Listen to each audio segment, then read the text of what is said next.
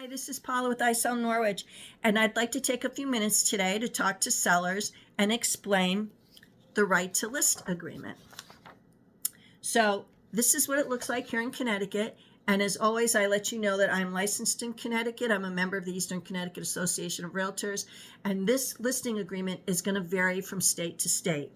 But here in Connecticut, this listing agreement starts out by saying that it's an agreement between the seller, and list their names here, the brokerage, in my case would be EXP, and then my name. And then we're going to give the property address and the city and town and where it's located, and the volume and page number where it's been recorded.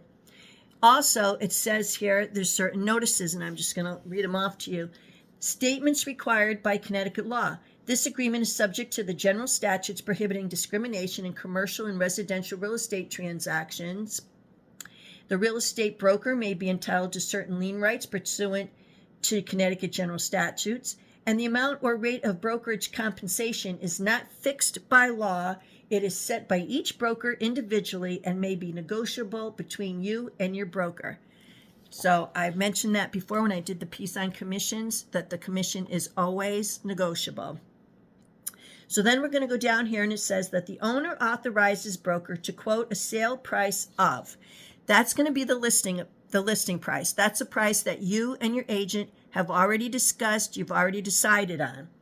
And then it says the owner authorizes the broker to quote a lease price, because this is for leasing also. So let's say you want to, you've decided, you might even decide you want to rent it, whichever comes first. If you can get a renter and not a buyer, then you would put the lease price there. And then it says this agreement shall commence on this particular date and is effective till this date. And it's usually 3 months. Even though houses are going a lot faster, it's just easier to put 3 months because then you don't have to fill out an extension. Now it says the broker shall solicit the services of other real estate agents, either individually or through cooperative listing services that the broker deems appropriate, and otherwise employ the broker services to bring about a sale of this property. The owner agrees to refer to broker all inquiries about or offers for the property. So that means if someone drives by and they happen to stop because they see the owner outside and they say, hey, how much do you want for this house? The owner is obligated contractually to call their listing agent and say, hey, these people stop by, they're interested in the house, and then let their agent take it from there and negotiate with the person. The owner agrees that any prospects introduced to the property during this listing will be honored for a period of blank days from expiration of this listing, and that the owner will pay the stated commission should an agreement be made. So that means this is a 3-month agreement.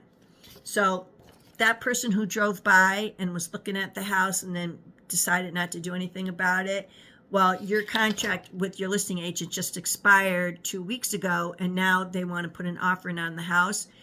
Well, that means they're obligated to contact that person and say you need to talk to the agent, and because it's right here for 30 days afterwards, that's who's going to get the commission.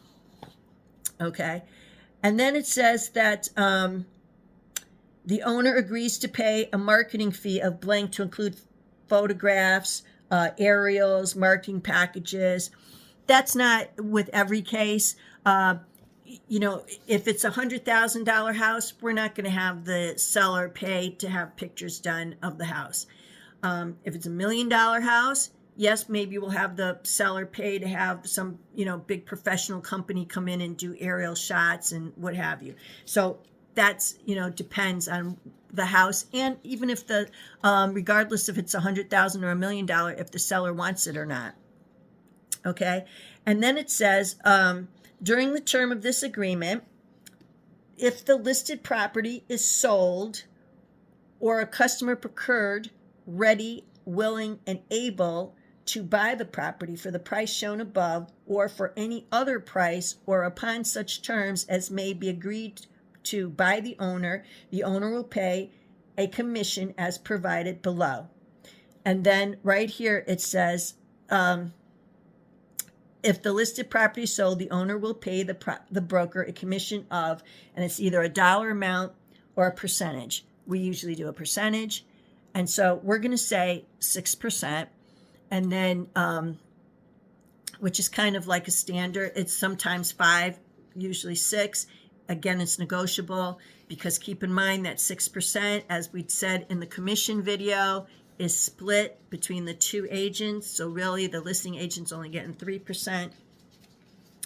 And then it goes on over here to say, it talks about a few other things. You know, the owner has the right to put up a for sale sign in front of the property, about using a lockbox to put keys there, to a lockbox so other agents can come and have access to the house.